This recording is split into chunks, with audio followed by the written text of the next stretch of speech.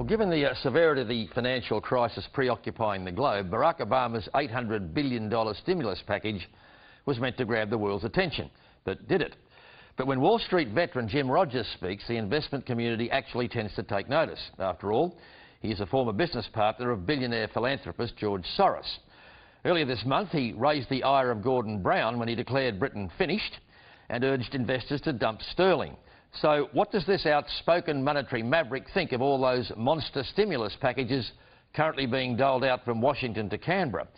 I spoke with him earlier from his base in Singapore. Jim Rogers, thanks for your time. As I understand it, your views on the current world financial and economic crisis are pretty blunt. I mean, is it true that you believe, given that we've been hearing from Barack Obama all week about his stimulus plan, that is actually going to make things worse rather than better? Well, and the people who get the money, George, is going to make it better for them, but for the rest of the country and the rest of the world, no, it's not going to make things better. It's going to make things worse. We're in perilous times, and he doesn't seem to understand it, and he's making things much worse. I guess I have to ask you, and I know that you've had years of experience on the financial markets, etc. Does anybody really know, let alone the cause of this, what the solution is? Well, I will tell you what has worked in the past, George. What has worked in the past is you let people go bankrupt when they fail. You clean out the system. You take a year or two or three of pain, whatever it is, and then you start over. The competent people come in, take over the assets from the incompetent people, and you start over. This way of bailing out everybody in sight doesn't work. The Japanese tried it in the 1990s. They had zombie banks and zombie companies, and they still talk about the 1990s as the lost decade. It is 19 years later in Japan since they tried all of that. The stock market is down 80%, 80% from where it was 19 years ago. This has never worked. It doesn't matter. I'm not doing ideologically here. I'm saying this has never worked. The things that have worked are take your pain and start over. So you're saying all this bailing out that's going on, because bailing people out seems to, as you suggested, to be the way that everybody thinks we should go. That's what the stimulus packages are all about, to get people to spend more money.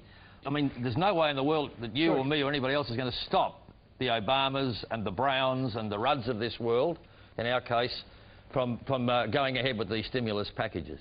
But I'm afraid you're right. All of these politicians, they run around, they think they've got to be doing something, and if they can pass out enough money, they hope that they will get through the next election and someday things will be okay. Unfortunately, they're not going to be okay. The only way we're going to get rid of them, George, is that these programs are going to fail and then they'll be thrown out of office.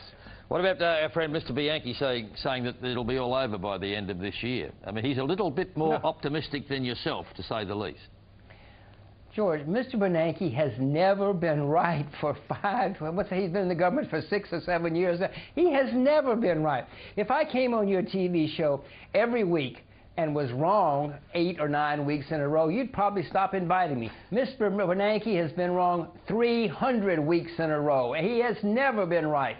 If you get your advice from Mr. Bernanke, George, you're going to go broke very quickly. And you're apparently not a fan of the current Secretary of the Treasury either. Oh, my God, you're bad for my nervous system, George. No, of course not. Mr. Geithner was head of the New York Fed for several years. The New York Fed was the group which was in charge of Wall Street and the major commercial banks.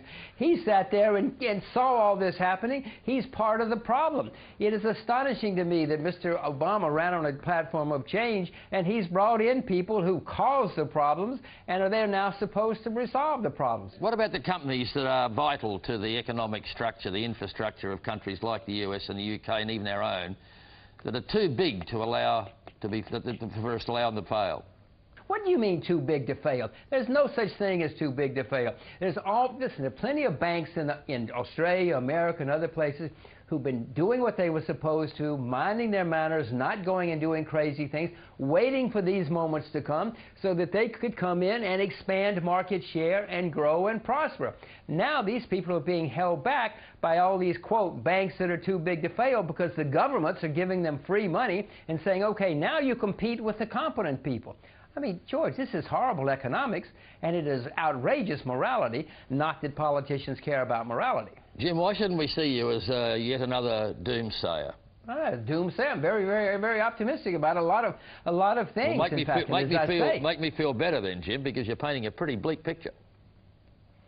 Well, listen, we have to face reality, George. If you don't face reality and you sit there and twiddle along and believe Mr. Bernanke that everything is okay, you're going to get hit by a 2x4 and it's going to hurt very, very, very badly. So I would urge you to be prepared. But some parts of the world economy are going to boom. George, you should become a farmer. Agriculture is about to become one of the most exciting industries in the world for the next 20 or 30 years. There are plenty of people in the world who are going to do extremely well in the times that are coming up, but it's not Wall Street, it's not the City of London. The people who've been driving Lamborghinis for the past 10 years are suddenly going to have to drive taxis. And maybe they'll learn to drive tractors so that they can work for the farmers who now will have the Lamborghinis. Gordon Brown wasn't exactly impressed when you told him that Britain was finished and that you were pulling your money pulling out your sterling, and told everybody else to do the same, and it had a big impact in the UK. What are you doing with your American dollars? Well, I do own U.S. dollars, but I plan sometime this year to get rid of the rest of my U.S. dollars and my few remaining U.S. shares. Seriously? Because the U.S. And invest where, Jim? Invest where, then? Where are you going to put your money? Ah, George, that's a brilliant question. I don't know right now. It looks as though I'll probably wind up putting a lot of it into real assets, such as cotton or zinc or gold or oil or whatever it happens to be. Into the real economy, Jim, I could say. Into the real economy, not the unreal economy of the finance world.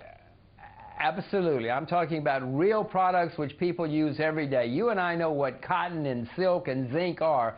You know, most of us didn't have a clue what a .com was or what a CDO was, and yet there were billions of dollars put into them, and that's all going to change now, George. Those days are over. The financial community is going to be a very, very bad place to be for another 10 or 20 or 30 years. Are we looking at not the Great Depression, but the even greater depression? If you ask me, yes, we're going to have another depression in the United States because the politicians keep bungling it. That's what caused the Great Depression in the 1930s. Politicians around the world made mistake after mistake after mistake, and I'm afraid it's happening again, including protectionism. You don't blame, like so many people are, the bankers and the hedge market players like yourself. They're not to blame, it's the politicians. It's mainly central banks more than anybody else. If you want to have one single cause, it's the central bank in the United States. We had a man named Alan Greenspan running the central bank. He refused to let anybody fail. Every time people got into trouble, they would call up and say, save me, save me, save me. He would bail out everybody. Had he let the market work, had he let people fail over the past 15 years, Lehman Brothers would still be in business.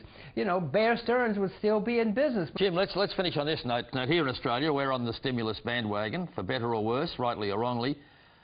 What's your feeling about this country at the moment? Because they seem to be going down the same, our mini version of the Barack Obama trail.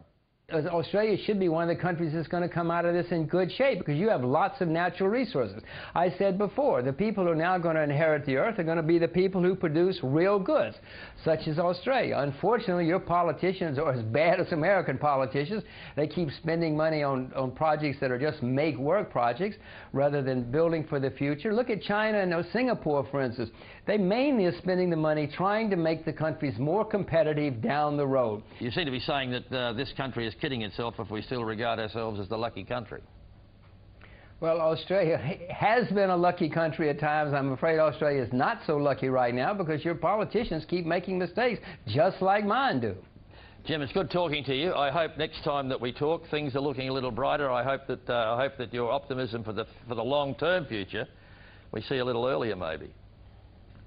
George, go become a farmer.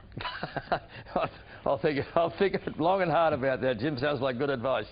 Thanks for your time. Thank you. Thank you. Thank you. Jim Rogers, and what a pity we couldn't get him to tell us what he really feels. Up next, the Clooneys, not just multi-talented, but politically committed. That's George doing a caricature of me about 20 years ago, 25 years ago. So I used it as the cover. He has a flair about anything he tries, puts his hand to.